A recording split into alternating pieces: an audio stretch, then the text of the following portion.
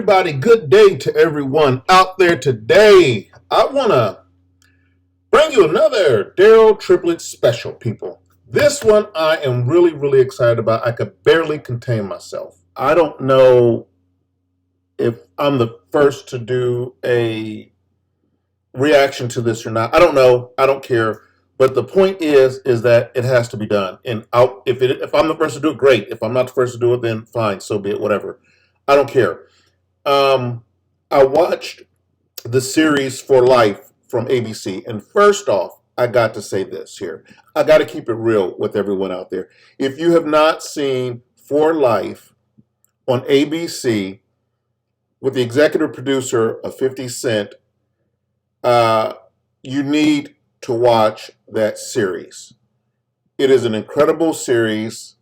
I I I I did not think a lot about it prior to watching it. And after watching it, I went on to dig into the real story behind it. And I have to say this here. I was totally blown back. I was blown back by bad and good. And I'll explain to you what I mean. I was blown back by bad because it exposes the justice system corruption and police corruption to the fullest. And if you don't get this, you just don't want to get it. I felt good about it because we were able to talk about it and not cover it up, actually get it produced. I mean, they had to call in some heavy hitters, the Kim Kardashians, who helped out with this whole program of innocent people being locked up. 50 Cent's Curtis Jackson, who was the executive producer on it. ABC for actually greenlighting it and putting it on the air. So that goes to show you right there, people, as much as corruption that it is out there, there are some good people out there who won't stand for this anymore and the cover up. The story I want to talk about is a man who should be given a damn cape with an S on his chest and on his back. Isaac Wright Jr. I just want to go over briefly. I don't want to give away the movie if you have not seen it, but I want to give you the gist of the story, and then you can dig into it and then get the whole story as they're telling it, sort of on the series For Life. But you're looking at an African American male who in 1989 was charged with possession and distribution of cocaine. He was convicted in 1991. He was actually convicted and sentenced to a life in prison. Now, what's so ironic about this is Isaac Wright Jr., he was a businessman. Okay, he owned a business called Cover Girls in the 80s. The ironic thing is he has never been arrested before. He's never been convicted of a charge before. He was just a dude who was running a business. He was doing good, and he lived in New York. And at that time, when you lived in New York, you were doing good. You moved to New Jersey, and that's where the good life was. When he moved to New Jersey, there was a prosecutor named Nicholas Bizzle. He was a prosecutor for New Jersey, and he was power hungry, we come to find out. And he was looking to make a name for himself by any means necessary. I mean, this dude was a bad dude. He planted cocaine. He had officers lying on the stand. He had officers planting drugs on people. And we all know this now to a fact today because it all came out in court by the detective, a seasoned detective, who admitted to everything. And I know what some of you are probably thinking, that, he just found a loophole in the system or whatever, and that's why he got off. It doesn't make a difference.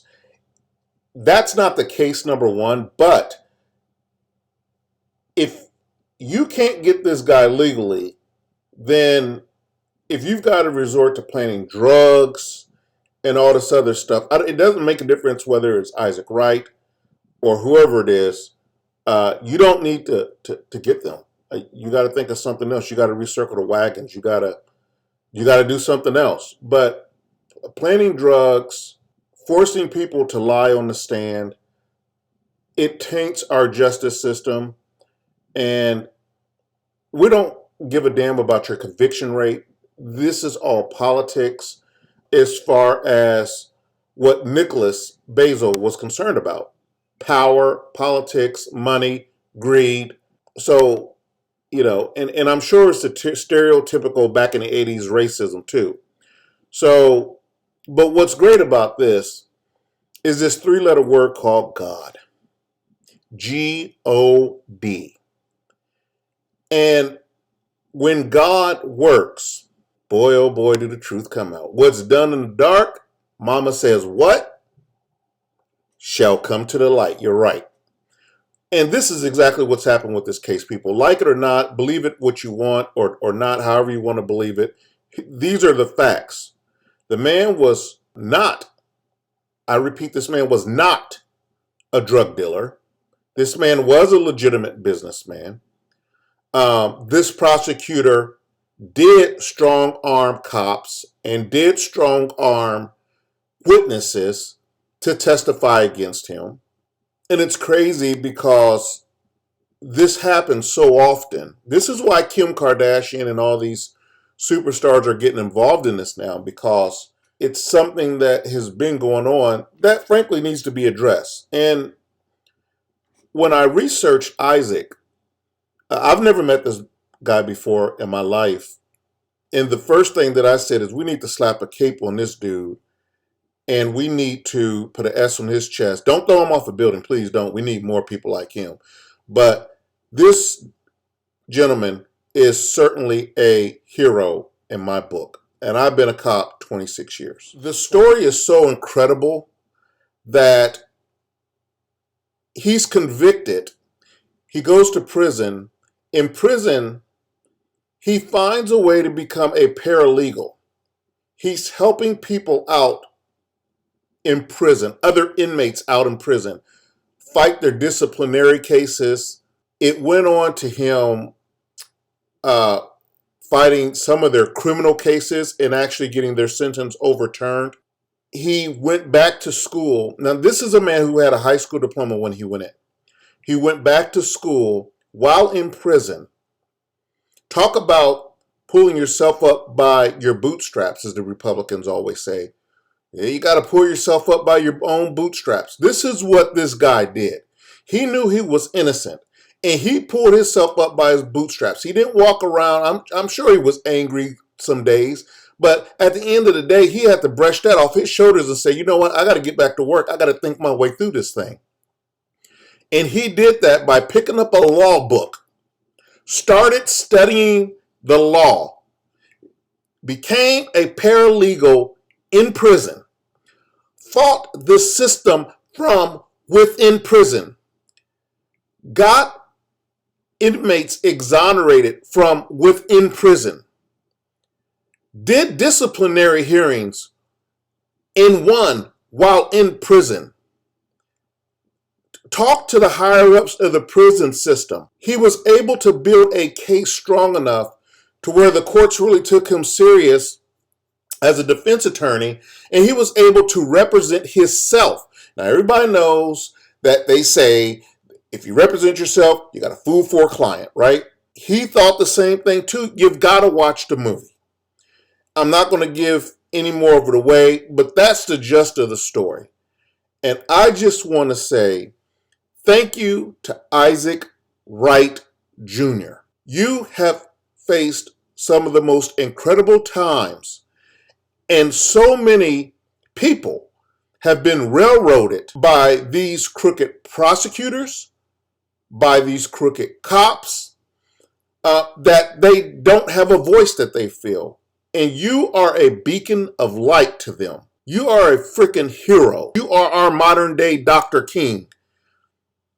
Forget all these other rappers and all this other stuff. All right, this is the true power of what people can do, even when they're oppressed, even when there seems like no way out. And I know you had a very driving force, your daughter, but I don't want to give away the whole movie. I could have done my video on anything, but I had to give tribute to Isaac Wright Jr. He is a true hero. He is what I want my kids to look up to. And you should want your kids to look up to him also. Because this is a man, again, who was wrongfully convicted. We got it wrong because of a crooked prosecutor and crooked cops. We got it wrong. And nobody wanted to hear it. He fought anyway. Against all odds. He didn't whine about it, didn't cry about it, didn't give up. He didn't go get a gun. He didn't take a prison guard's gun and go on a killing spree. He pulled himself up by the bootstraps, which is not easy to do. Being a black man in America, being a black man that is convicted, being a black man that is convicted in prison. That's damn near impossible to do. I don't understand. What's the end goal here, people? Our end goal is Isaac Wright Jr. That's our end goal.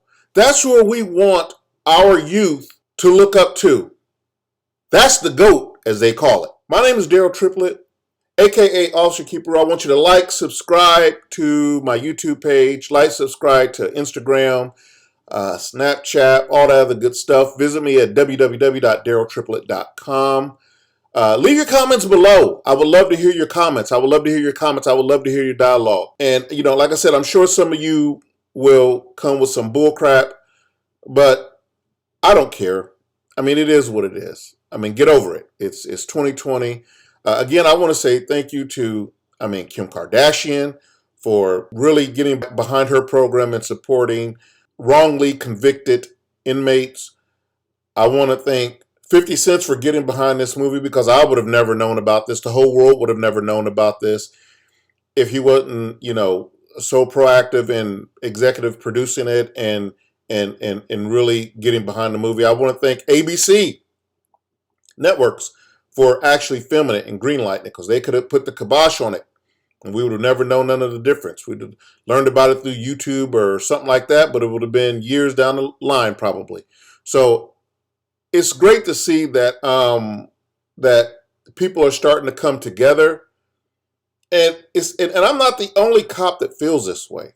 There are other cops that feel the same exact way that I feel.